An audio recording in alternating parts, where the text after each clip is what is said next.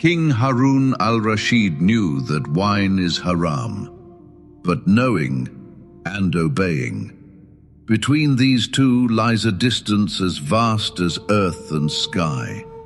That day, inside the royal court of Baghdad, this truth was laid bare. Within the palace walls, a gathering of wine had begun. Ministers, officials, courtiers.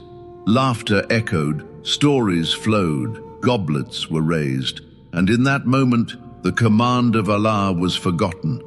Then, the great doors of the court opened. A man entered, unlike all others, a white robe, a simple cloak, a turban resting gently upon his head, depth in his eyes, a quiet smile on his lips.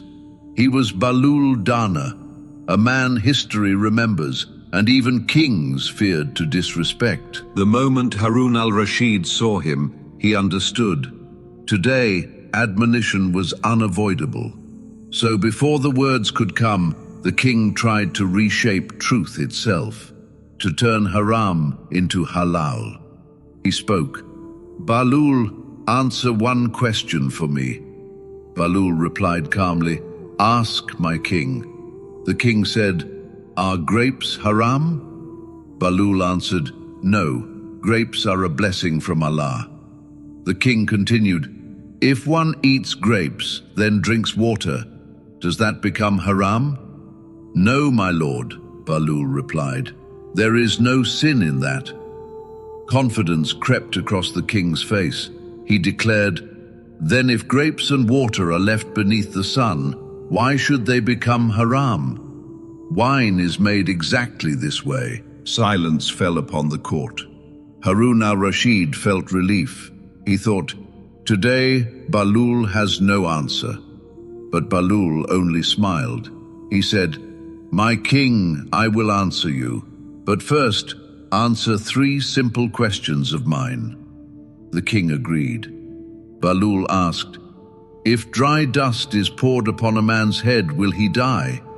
"No," replied the king. "And if water is poured upon his head?" "Still no harm." Then Bahlul asked, "But if dust and water are mixed into a brick, and that brick is thrown at his head?" The king froze. "Then he would die." Bahlul said firmly, "Exactly so, my king.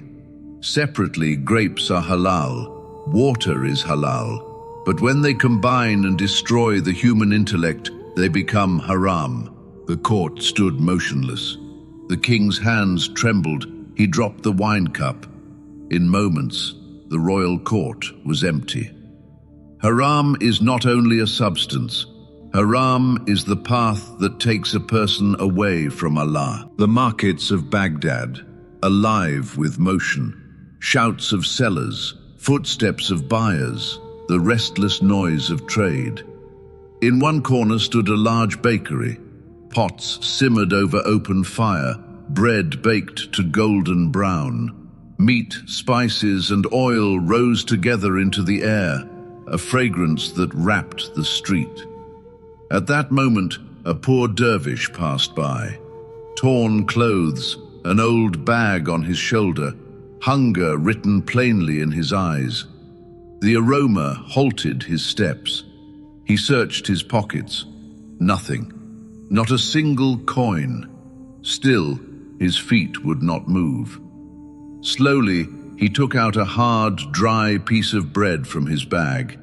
He held it gently over the rising steam. The smoke softened the bread. The fragrance embraced it. In silence, the dervish began to eat. From inside the bakery, the baker watched. Every movement, every bite. As the dervish finished and turned to leave, a shout broke the air. "Hey, stop there!" The baker blocked his path. "Pay me!" The dervish froze. "Pay you? For what?" Anger burned in the baker's voice. "You used the fragrance of my food. Pay its price." Calmly, the dervish replied, "This smoke was already in the air. Even if I were not here, it would have vanished into the wind. What loss did you suffer?" But greed had sealed the baker's heart. Grabbing the dervish's collar, he snarled, "You will not leave today." Just then, a familiar figure approached, Bahlul Dana. He stopped, observed, listened. Then he spoke. "O baker, did this dervish eat your food?" "No," said the baker, "but he took its fragrance." Bahlul nodded slowly. "You are right. Since you created the fragrance, you deserve its payment." The baker's eyes gleamed. Bahlul reached into his robe and took out a handful of gold coins. One by one, he dropped them onto the ground. Clink, clink, clink. The street fell silent. The baker smiled to himself. "Today is my lucky day." Suddenly, Bahlul bent down, picked up every coin, and returned them to his pocket. The baker gasped. "Aren't those for me?" Bahlul replied calmly. "I have already paid you." "How?" the baker shouted. Bahlul answered, "You gave fragrance, I gave sound.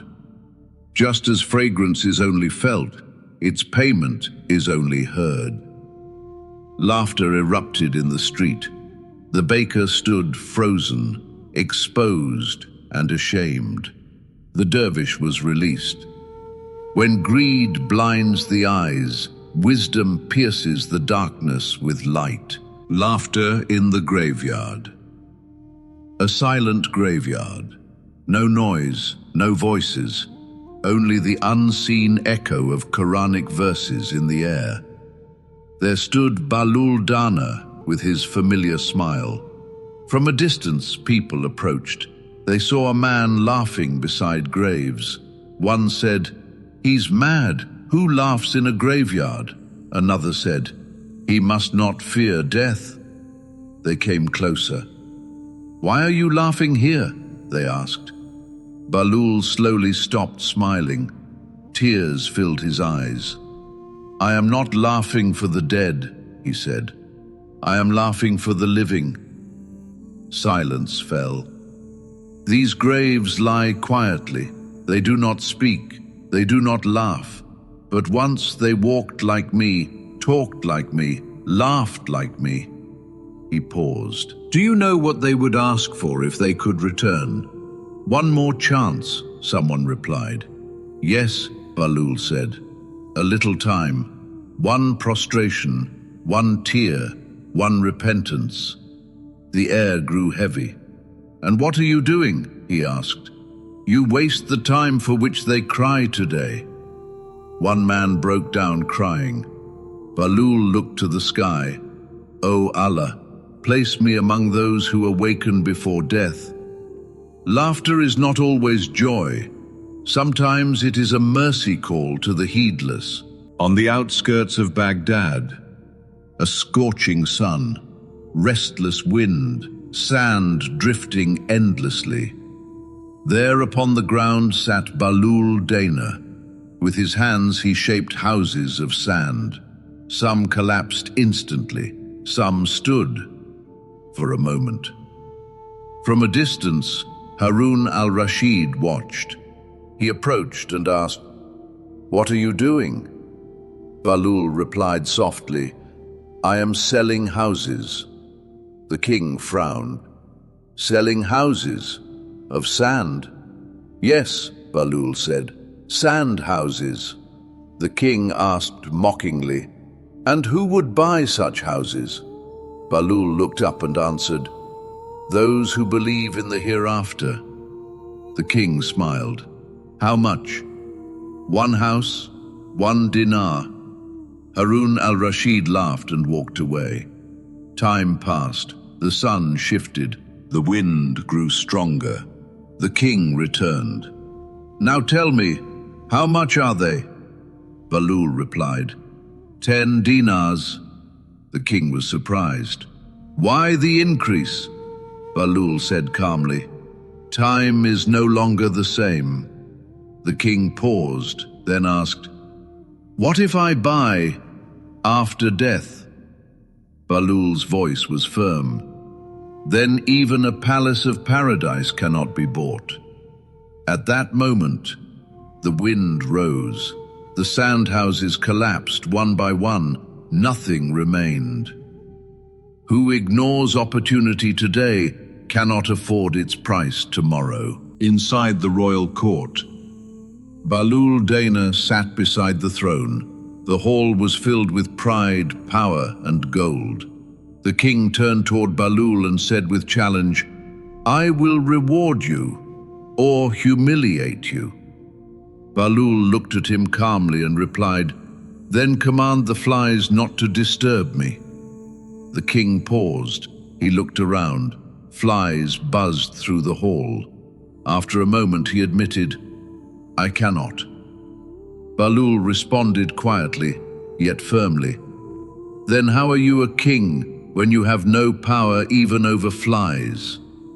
Silence, then laughter filled the court. The king lowered his gaze. One who claims ownership of all learns his limits from the smallest creation. In the heart of the marketplace, where voices overlap, coins clink, and profit often speaks louder than conscience, a merchant stood still. Not because business was slow, not because customers were few, but because his heart hesitated. Before him lay fine cloth, smooth to the touch, pleasing to the eye. Most would praise it, most would sell it, most would stay silent. Yet his fingers paused. Beneath the fold, hidden from hurried eyes, was a flaw, a slight tear. The market did not stop, but something deeper did. The buyer looked again, closer this time, not at the cloth, at the man. He saw no fear, no calculation, no regret, only clarity. A long silence followed. Then the buyer smiled, not the smile of a bargain won, but of a soul respected. And he said words that echoed louder than any sale. "Today, I did not buy cloth, I bought dignity." Nearby, an old scholar had been watching. He had seen many markets, many merchants, many lies wrapped in fine packaging. He leaned on his staff and spoke softly, yet his words carried weight. Where Adab exists in trade, Rizq does not wander. It waits patiently at the door. The merchant lowered his gaze, not in shame, but in gratitude. For he knew what he almost lost was not money, it was himself. Adab is not politeness. It is not a smile for customers or gentle words for profit. Adab is integrity when no one is watching. It is truth when silence would pay more. It is choosing Allah over advantage. For trade is never just between buyer and seller. Every scale is weighed before the unseen. Every word is recorded. Every intention counted. When you trade with honesty, you do not trade alone. You trade with Allah as witness. And no transaction ever ends in loss when He is part of the deal.